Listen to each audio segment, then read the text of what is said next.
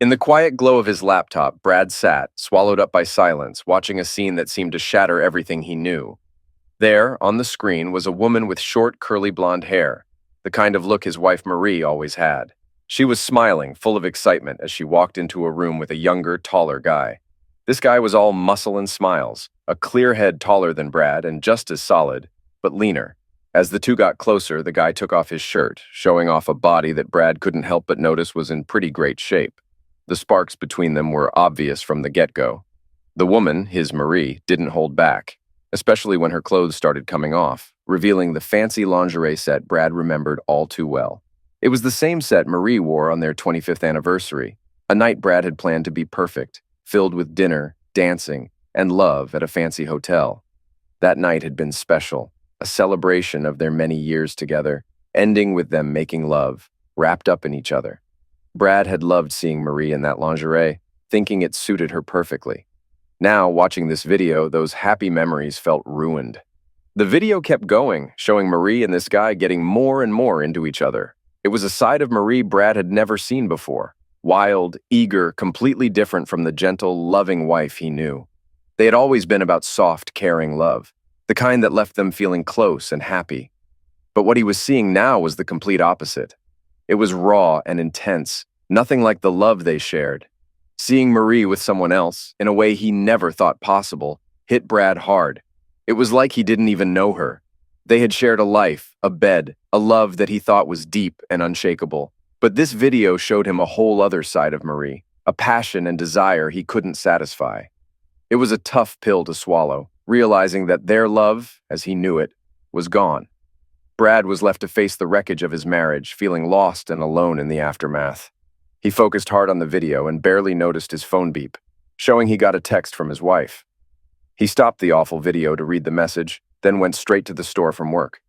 His wife asked if he wanted something special for dinner. He replied, "Nothing special. See you when you get home."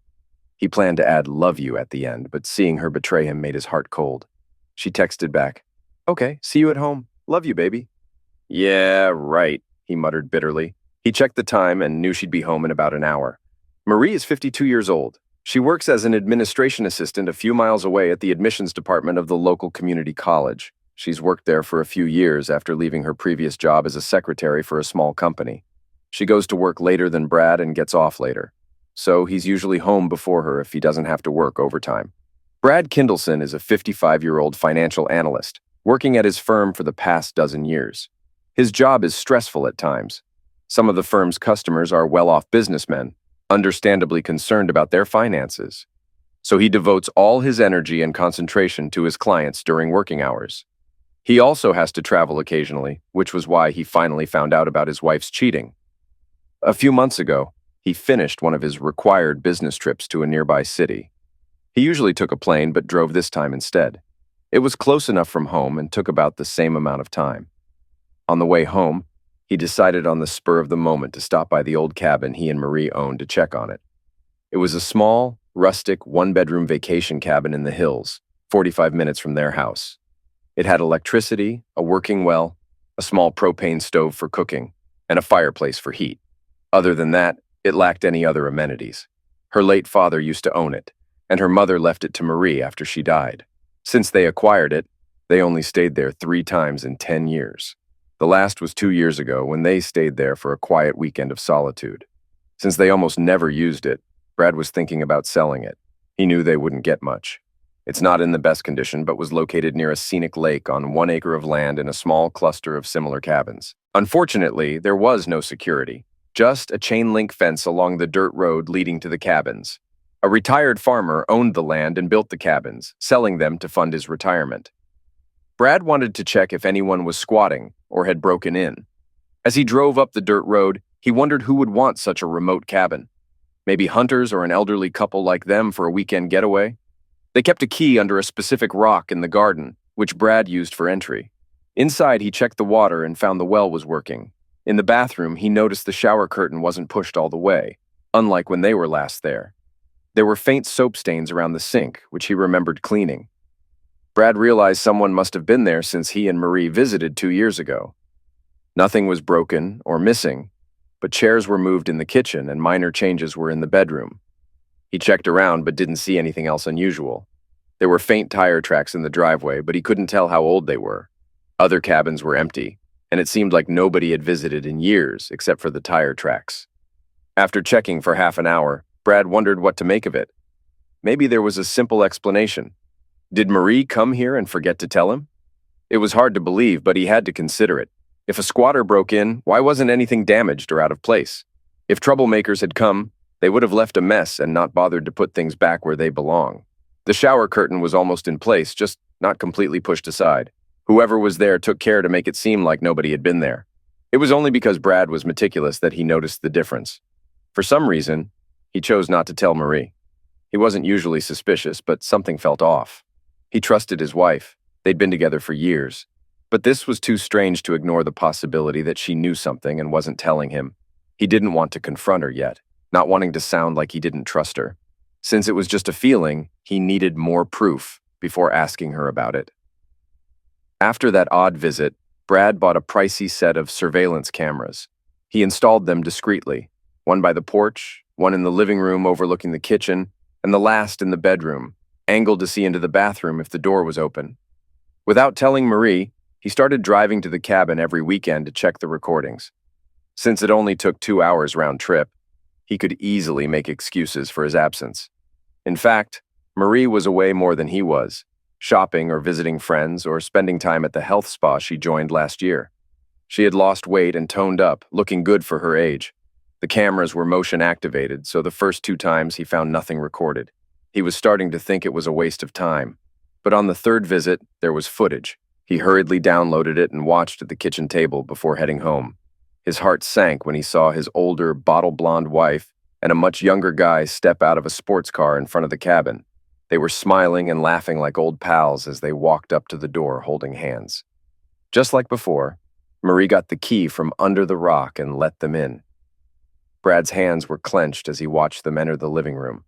He grabbed his wife as soon as the door closed, and they started kissing passionately. It was more proof of his wife's infidelity. That was the first time Brad saw evidence of her cheating. Watching her act like that made him sick to his stomach. He didn't throw up, but he was disgusted and upset. He sat there in shock for a while before leaving the cabin, feeling completely bewildered. He made sure everything was as he found it so Marie wouldn't know he'd been there. He had every reason to believe this wasn't the first time she used the cabin for affairs, and he suspected it wouldn't be the last. He checked the cameras to make sure they were still working and left feeling heartbroken. He wanted nothing more than to go home, confront his wife, confront her lover, and destroy everything. During the drive home, he managed to calm down enough to think clearly. Until an hour ago, he had no idea she was cheating. He loved her deeply and always thought she felt the same about him. They often talked about cheaters, and Brad believed she shared his views on infidelity. Now he knew he was wrong. He needed more information before losing control. His late father always advised him not to react without thinking things through, but his dad never faced a situation like this. How could she betray him like this? Throughout the journey home, Brad searched desperately for any glimmer of hope for his falling-apart marriage. With each passing mile, troubling questions crowded his thoughts. Was this the only time she cheated? The way she acted with that guy made it seem unlikely. But what if it was? Since the recording had no sound, he didn't know what they talked about. Did he really want to end a 25-year marriage over one mistake in judgment? Until an hour ago, she had been a wonderful wife, or so he believed. Despite hating her, he still loved her deeply, which made her betrayal sting even more. One question hit him hard. If he divorced her, how could he ever find someone else? At 55, he was overweight, not wealthy, and not particularly attractive. While he wasn't bad-looking for his age, it was evident that his bedroom skills weren't enough to keep his wife faithful. Meanwhile, Marie still attracted guys, as evidenced by the disturbing video.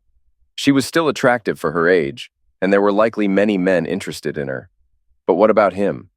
At 55, he wasn't a catch anymore. The chances of finding someone like her again were slim. With these thoughts swirling in his mind, he finally reached home. Fortunately, Marie wasn't there. She had left a note on the table saying she'd be out shopping and wouldn't return until dinner. Brad tore up the note in frustration, bitterly wondering if she was off cheating with that guy again. That was more than a month ago. Since then, he discovered 2 more videos of her having sex at the cabin, including the latest one where she was being intimate on the sofa. It was clear that it wasn't a one-time mistake. as all three videos showed her with the same man. Once Brad snagged that first recording of his dame's fling, he played it cool. Took a page out of the playbook, acting like nothing was amiss with his wandering misses. But deep down, he was burning up, boiling over with suspicions.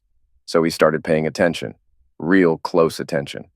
Every stitch of her clothes, every move she made, and every place she went, he clocked it.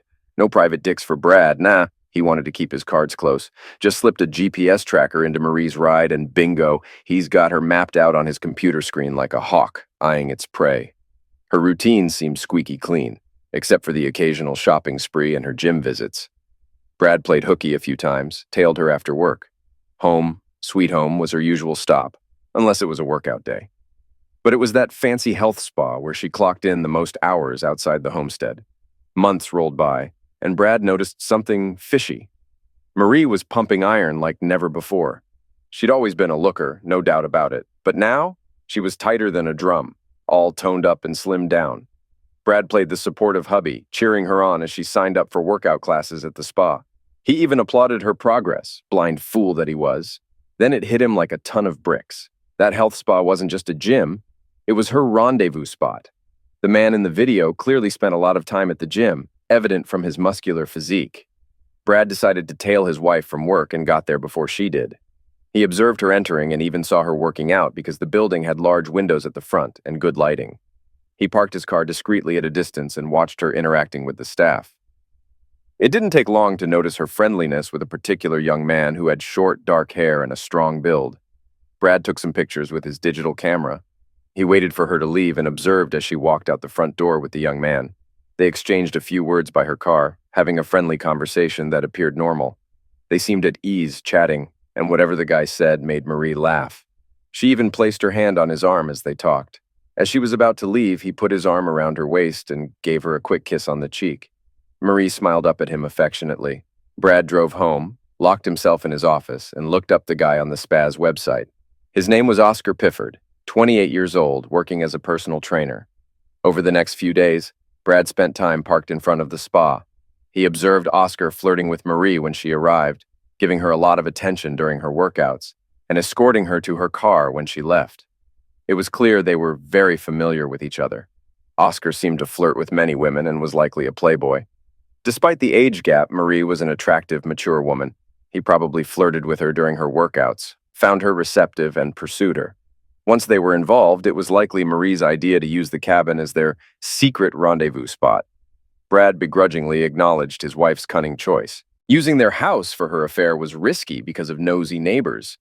Brad was there often enough that they might leave evidence of their cheating. A motel would leave a paper trail, and if it was local, someone might see them and tell her husband. However, the cabin was secluded, free, and far from home. Marie knew Brad never went there. As long as she kept it clean, Brad would never find out about her affair. It was the perfect place for cheating.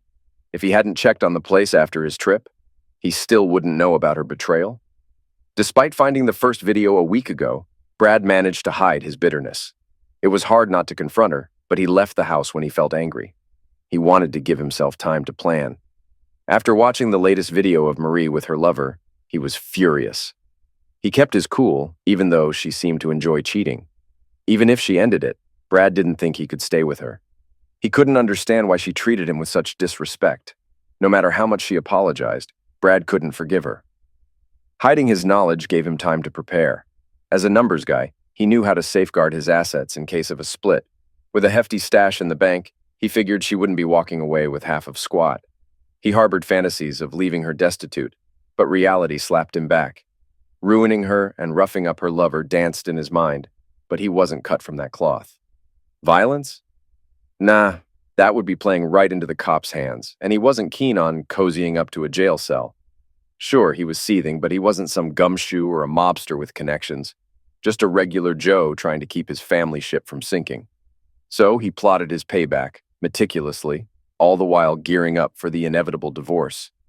It wasn't a rosy outlook, but what choice did he have? The sound of her wheels in the garage put his gut in a vice grip. He fought to keep the rage from surfacing, maintaining his facade of ignorance. Once upon a time, her return home was the highlight of his day, but now it was a bitter pill to swallow.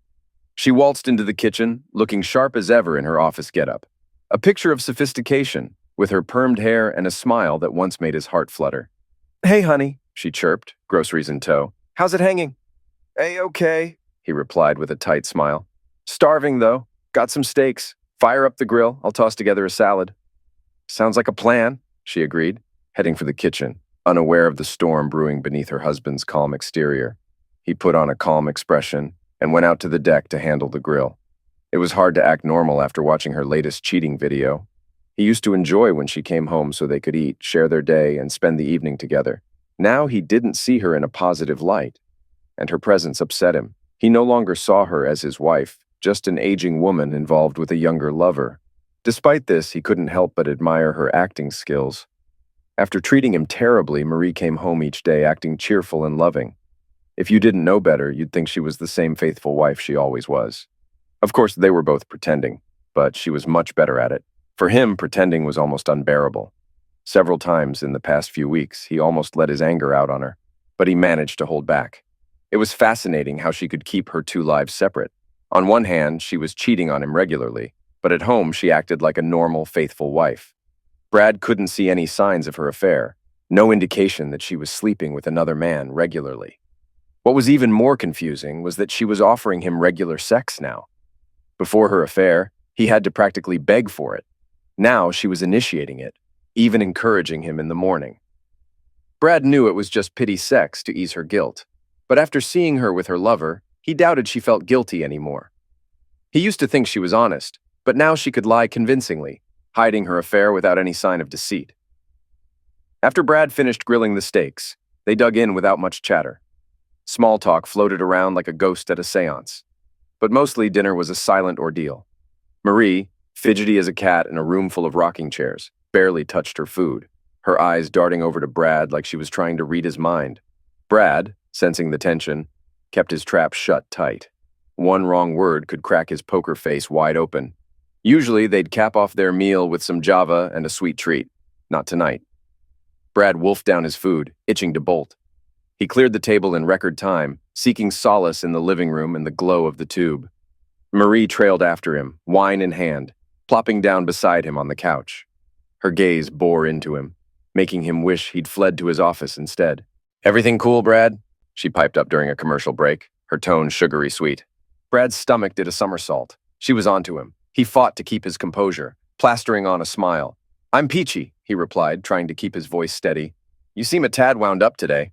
She gave his arm a gentle rub. Something on your mind from work, honey? Brad's throat tightened. Nah, all good, he managed to croak out. Really, let's drop it there. But the dam of words threatened to burst. Why ask me that? He blurted out, eyes fixed on the TV screen. I don't know, I guess. I don't know. She sidled closer, her touch affectionate. Maybe we need some us time. It's been a while, you know, she teased, a nervous giggle bubbling up. Really? Brad choked out. Yeah, she giggled back. I miss you, honey. Starting to think maybe you're not into me anymore, Brad, she quipped, trying to play it off. Decades together and they knew each other like the back of their hands. But in that moment, the laughter felt hollow, forced. Brad's chuckle sounded like a record scratch in the silence. You? He stammered out. No, I am. They both chuckled nervously, but the tension hung thick in the air, suffocating any genuine mirth. She focused on the TV again, and they both sat quietly. Before, she used to hint about wanting Zex often, but she usually said no when he asked. He didn't think too much about it. Sometimes she would make a move, and he never said no. Her hints were subtle, like smiling at the right time or touching suggestively. Sometimes, just a playful kiss as she sat on his lap would make him follow her to the bedroom eagerly. It used to be so simple, but now he knew she was being intimate with other guys. He used to be eager, almost desperate to be with her intimately. Now he held back. Since she rarely offered, the lack of intimacy wasn't obvious, but after weeks without it, even Marie was starting to see that their bed life was non-existent. They were more like roommates than lovers now, and she was beginning to realize that. Brad worried he wouldn't be able to resist much longer. They hadn't been intimate in weeks, and knowing what she was doing made him extremely aroused. She was very passionate with her lover, but she had never been so forward with him. In the past, it took her a while to get in the mood, but when she did, he couldn't resist her charm. Now, with her new appearance and experiences, she could be very tempting. He was almost finished with his plans, thankfully. Despite her suggestive behavior tonight, Brad was determined to wait. He didn't want to compete with her new lover. He was certain any intimacy between them would leave her unsatisfied. After seeing her intense reaction to the other guy's body, he knew she had never acted like that with him before. Over the past month, he had resolved not to respond to her advances. Whenever she made a suggestive remark, he acted as though he hadn't heard. In bed, he maintained a distance between them and feigned immediate sleep. Yet he was aware that he couldn't continue to ignore her indefinitely. They once enjoyed a satisfactory, albeit sporadic, sexual relationship. He had believed in their compatibility until a video revealed her uninhibited side, shaking his confidence in his ability to please her. He suspected her expressions of love and pleasure were feigned, not wanting to disappoint her by failing in his attempts. She never exhibited the same intensity with him as she did with Pitt Fort, and he was convinced she never would. Beside him, Maurice sighed and hinted, "Thought you might want to head to bed early tonight?" "Are you tired?" he inquired. She giggled and playfully slapped his arm. "I'm not. How about we go to bed now? Maybe, you know?" "Yeah, I know," he responded, his skin flushing and sweat forming. He could feel her gaze, puzzled by his lack of enthusiasm towards her clear proposition. "Maybe later," he stated calmly. "You go ahead. I'd like to watch this show a bit longer." She sighed in disappointment, and he sensed her warmth beside him, the scent of her blonde hair and spicy perfume enticing him. He tried to suppress his desire and avoided her bewildered look. Despite his efforts to quell his longing, his love for her made it an impossible task. She returned her attention to the TV, baffled by his hesitance. Her pride was wounded by his rejection. Brad resolved to let her experience rejection for once. Even as Marie yawned loudly and stretched in a manner that accentuated her figure, aiming to capture his attention, he remained fixated on the television. When his lack of reaction to her flirtations was apparent, Marie sighed. "Guess I'm tired, honey. I'm heading to bed now. Care to join?" It was an offer he hadn't encountered in years. "I'll be up soon," he replied nonchalantly. "Just wake me when you come up." "I might not fall asleep right away," she hinted. "Okay, see you soon," she said, giving him a prolonged look before departing for the bedroom. Brad felt a sense of relief as he stayed in the living room for another 3 hours. It was past 1 when he finally entered the bedroom to ensure she was asleep before he joined her. Sleep eluded him, and he awoke early, still fatigued. He quietly left the bed, dressed in the guest room to avoid disturbing her, clinging to his pride. He refused to be intimate with her amidst her infidelity. He longed for the days when closeness with his wife was uncomplicated. However, since she initiated this situation, he would not pretend everything was normal or reward her behavior. If she desired sexual intimacy so desperately, she could seek out her lover. Her betrayal was her choice, and it was no longer his responsibility to ensure her happiness. The atmosphere at home became increasingly tense. Marie was perplexed, wondering if there was a problem, as their communication had dwindled and affection was scarce. He occasionally spoke during dinner, but never initiated physical contact. When she embraced him, he became rigid. Sometimes he even flinched at her touch. Clearly, something was troubling him, but he remained silent on the issue. She attempted to engage him in conversation, but he either diverted the topic or evaded her concerns altogether. The loving connection they once shared through actions and words had evidently dissipated, making dialogue with him more challenging than ever before. The following night, Marie tried to seduce him again. Just like before, he seemed uninterested. She wondered if he knew about her affair, but dismissed the idea quickly because she and Oscar had been discreet. Only their close friends knew they even knew each other. They acted friendly during workouts to avoid suspicion, but kept things proper. Any physical contact they had was away from the spa and people they knew. The sexual pleasure she got from her younger lover was saved for their visits to her father's old cabin. Marie was worried about Brad's behavior, but not too much. She still loved him and wanted to be supportive if he had a problem. She never thought whatever was wrong would endanger their marriage. She figured it must be a work issue, something that happened occasionally. She was disappointed they hadn't been intimate for so long. She believed he must be getting aroused, but that wasn't her fault. She had offered herself more in the past month than in years, and she wasn't even aroused. Still, she didn't want Brad to feel ignored, and wondered why he didn't want her anymore. Was he not attracted to her anymore? That didn't seem possible. She was in better shape than she had been for years. He was getting older. Maybe he's already losing his interest in Zex. It was funny how Brad seemed less interested in Zex, while her own desires were growing. Lately, she was catching the eye of younger guys everywhere. Her improved figure didn't go unnoticed by the men at her workplace. Being around college guys all day, Marie was regularly approached. So many guys were interested in her that she had to be careful not to encourage them and maintain a professional distance. With her secret lover, she satisfied her cravings, but still wanted her husband to be happy. Their bed life had never been very exciting, so she wasn't too worried that he was distant. She would continue being the loving wife to Brad and save her intense sexual desires for her young lover.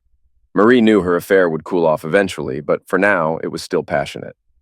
Whenever possible, she'd meet Oscar at the cabin for a couple of hours of thrilling sex. Then she'd clean up and return to her usual, albeit somewhat monotonous life with her unsuspecting husband. After their trysts, she made sure to clean everything thoroughly to avoid any suspicion if Brad ever visited the cabin. They never used the bed for sex, opting for other places that were easier to clean. Despite Brad's odd behavior, she wasn't willing to give up her affair. As the next week passed, Brad's indifferent attitude bothered her. She wondered if he suspected something was amiss and decided to take a break from her affair, at least until her husband returned to normal. She informed Oscar they should take a break, and he felt disappointed. He believed she was worrying over nothing, but agreed. By the second week of their break, she struggled to keep her mind off Zex. She constantly daydreamed about the cabin and yearned for Oscar's passionate lovemaking. She didn't want to get involved with anyone else, but working at a college meant being around many attractive men. She found herself fantasizing about colleagues and feeling susceptible to any attention from handsome guys. Before her affair, Marie hardly noticed her male coworkers, as she wasn't very physically inclined and didn't prioritize Zex much. However, since starting the affair and experiencing regular passionate encounters with a young lover, she found she couldn't do without it anymore. When her desires became overwhelming, she decided to end her celibacy. During her weekly workout, she informed Oscar she was available again, expressing her desire to restart their affair, and he agreed. They maintained a respectable distance from each other that day, pretending everything was normal. As he walked her to her car, they made plans to meet the following week to resume their relationship. Brad mentioned a business meeting that day, giving her a few precious hours to sneak away. Marie returned home feeling rejuvenated and spent the evening with her husband. Dinner was quiet again, and although Brad seemed more somber than usual, she brushed off any concerns. He had been distant for weeks, showing no interest in a physical relationship. But with the anticipation of passionate encounters next week, she pushed aside her frustrations. As Brad moped around the house, avoiding her, Marie gave him space and tried to maintain a friendly atmosphere between them. Her cheerful mood continued at work on Friday. Even her boss noticed and asked why she was so happy. "Oh, nothing special," Marie replied with a smile. "Things have just been going well for me lately. I'm happy with how my life is going." "Did Brad get a promotion, or did you win the lottery?" her supervisor joked. "Maybe you're having a second honeymoon." "Nothing like that," Marie chuckled. "I'm just grateful for my home life. Brad has been wonderful, and I appreciate everything I have. Things aren't perfect, but they could be a lot worse." "That's a great attitude. I wish everyone thought like that, Marie," her boss remarked. After work, Marie went home feeling elated. She couldn't wait for her upcoming meeting with her lover. Feeling extremely aroused, she wanted to take a shower as soon as she got home to cool down.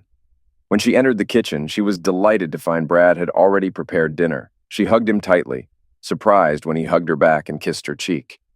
"This is wonderful, Brad," she exclaimed, admiring the meal. "Would you like some wine with dinner, honey?" he asked. "Yes, I'd love a glass," she replied suggestively. "But I don't want to get too sleepy because I want to reward you later for making such a delicious meal." "Your smile is reward enough for me, darling," Brad said. "Oh no," Marie giggled. "I'm going to give you something much better than a smile tonight. It's been too long since we've been together, and I want to show my wonderful husband how much I love him." Brad smiled back and said, "I think you're wonderful too." They ate and chatted normally for a change. Marie was glad to see Brad opening up. After cleaning up together, they went to the living room to watch TV, their usual routine. But tonight, with Marie's upbeat attitude, she was determined to seduce her husband. It had been weeks since they had any physical contact, and she missed it. Despite his age, Brad remained an attractive, healthy man, undoubtedly with unmet sexual needs. Even though she had a lover on the side, she was still eager to fulfill her husband's desires, determined to do so tonight. Thankfully, he seemed to be in a better mood than usual. During a commercial break, she touched Brad's arm and excused herself, heading to the bedroom to change into more revealing clothing. She knew he liked her in skimpy attire, so she opted for a thin tank top and tight shorts from the dresser. Feeling daring, she decided to skip wearing a bra, knowing the tiny top and bikini panties would surely arouse even her indifferent husband. As she admired her reflection in the mirror, she couldn't help but smile at how alluring she appeared, proving that even at her age, she still looked attractive. Confident that Brad would be unable to resist her, she eagerly made her way back to the living room to seduce him. Upon her return, she found Brad in the kitchen, so she sat on the sofa, assuming a seductive pose, and waited. When he joined her with a beer and another glass of wine, she flashed him a sultry smile and patted the seat beside her. His eyebrows rose at the sight of her outfit, and she could feel the tension building between them as he took his seat. "I filled your glass," he told her, handing her the drink. "I hope you wanted more." "Yes, I'm definitely in the mood for more," she replied, dropping hints as subtly as she could. "I'm in the mood for something else too, darling," he remarked. "I can see," she replied with amusement, knowing she looked alluring and available. Although she rarely felt this attracted to her husband, tonight was an exception. She couldn't help but wonder how her lover would react to seeing her like this. However, she was careful not to appear too needy and let Brad make the first move, as it was important to maintain her ego. So she sat close to him, making sure he noticed her, signaling her readiness, hoping he'd initiate. But he remained fixated on the TV.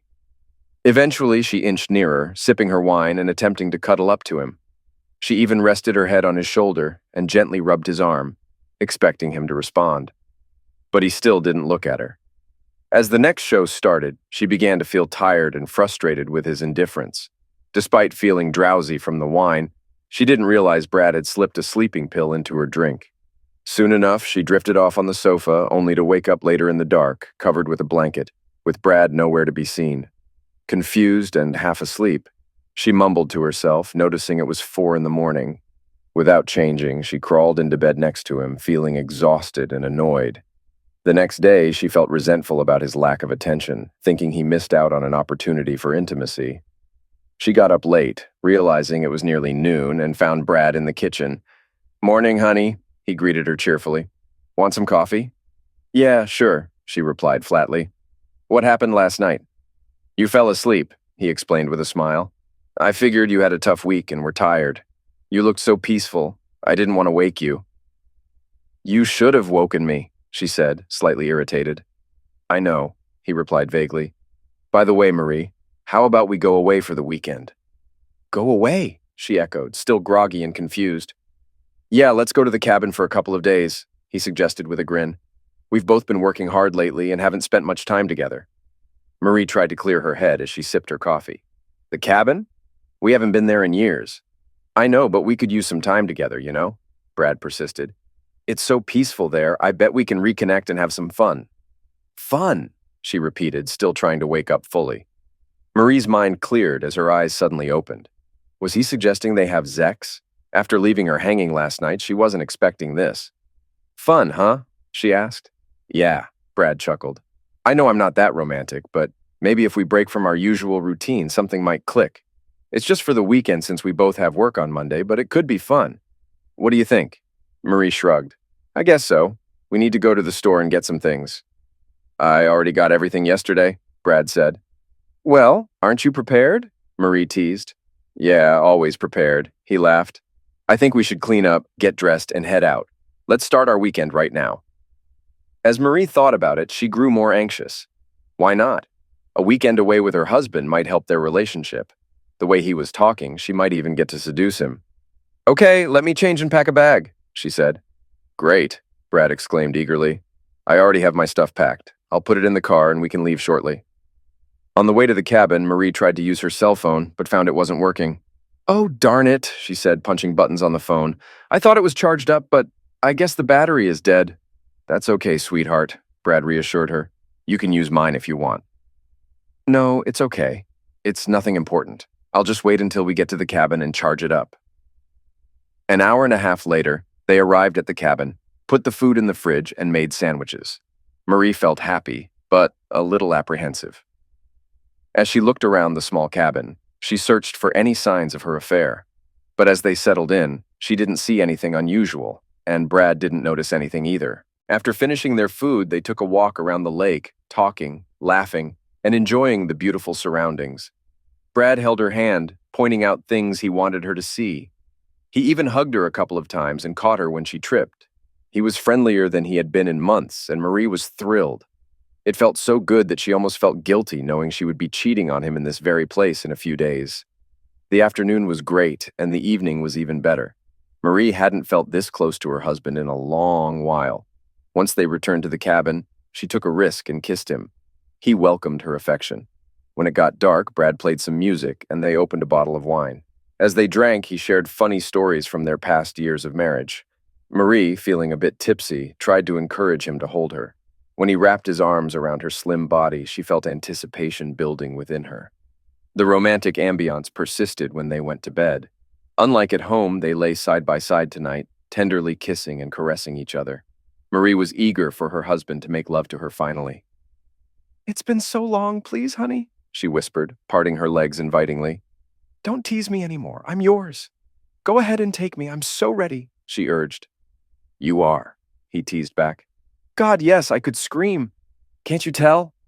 She tried to focus on her husband, but she couldn't help comparing the slow, intimate lovemaking with her lover's passionate encounters. Both were thrilling, but what she was experiencing now felt more fulfilling. Brad's love for her was evident in everything he said and did, including their intimate moment together. However, Oscar simply desired Zex. There was no love involved between them, and she knew it. He only wanted Zex. During their time together, he treated her like a mindless blow-up doll. While she enjoyed the attention, she would never trade it for what she was experiencing now. Unsure of the time, she heard a noise outside. It seemed early for them to go to bed, but without TV to watch, it felt appropriate to turn in early. Another suspicious noise caught their attention, making her and Brad alert. "What's that?" Brad whispered with alarm. "Is someone outside?" "I don't know," she whispered back. Another noise, possibly on the porch, made Marie sit up, suddenly afraid. "What should we do?" she whispered. Brad pushed the covers back and quietly got out of bed. "You stay here," he told her firmly. "I'll go check it out." As Brad moved to his bag and took something out, the doorknob rattled, sending Marie into a panic. Before she could see what Brad was doing, the front door swung open, revealing a dark figure. Marie realized it must be a home invasion and screamed in terror. In a flash, the room erupted into chaos. A deafening bang pierced the air, followed by another. Marie's world spun as she realized her old man had popped a cap in the intruder. From the safety of the bedroom, she heard the thud of the man hitting the ground, clawing at his neck where the bullet found its mark. Another scream clawed its way out of her throat, disbelief gripping her like a vice. "Oh my God!" she wailed, hands flying to her face as she crumpled. Brad, cool as a cucumber, edged toward the downed assailant, gun steady in his grip. With a cautious touch, he checked for signs of life, then ventured outside to ensure they were in the clear. Returning to flick on the lights, he unknowingly flipped the switch on Marie's nightmare. Her brain reeled, eyes widening in horror as she beheld the lifeless figure on the floor. Oscar. Sobbing uncontrollably, she was barely coherent when Brad approached, pulling her close, murmuring reassurances. "It's all over, honey," he whispered, his voice a lifeline amidst the chaos. "We're safe, Marie." Her thoughts tumbled in disarray as Brad comforted her. Eventually, he spoke again, his tone grave. "We gotta call the cops," he said, his words hanging heavy in the air. "They'll want to snoop around, treat this like a damn crime scene. Just stay put." Marie collapsed onto the bed, tears flowing freely. Brad watched her grimly, waiting until she stumbled to the bathroom, overcome with nausea. Seizing the opportunity, he snagged her cell, deftly disabling it before slipping it back into her purse. Turning to the body, he plucked an envelope from the dead man's jacket, containing a note. With a bitter scowl, Brad read the words he'd penned at a library miles away, then planted on Oscar's car earlier that day. "This Zex coupon is valid for tonight only. Please bring it and redeem it for an evening of intense Zex. I apologize for the short notice, but I just found out he's away this weekend. Can you meet me at the cabin, lover? I hope so, and I'll make it worth your while. Signed, your faithful partner." He crumpled the note and went outside. Her lover's car was parked in the driveway. The cabin was in a dead zone, making it difficult to get a good cell phone signal. He called his wife. "I'll be right back, Marie. I'm trying to call the cops, but I'm having trouble getting a signal. Let me go out back and see if I can get through." He hurried to the lake, to a spot hidden by shrubs, and lit the note and envelope on fire with a lighter. He watched them turn to ashes, ensuring there was no evidence left. Then he rubbed the black ashes between two rocks and covered them with leaves, erasing all traces of his deceitful plan. He took a moment to calm his emotions. He had never killed anyone before. He knew what would happen when he placed the note on Pitfort's car this morning. However, committing murder was emotional. He regretted ending the guy's life like this, but with the rage he had harbored for so long, he knew it was inevitable. His hands were still trembling as he made the 911 call to the police.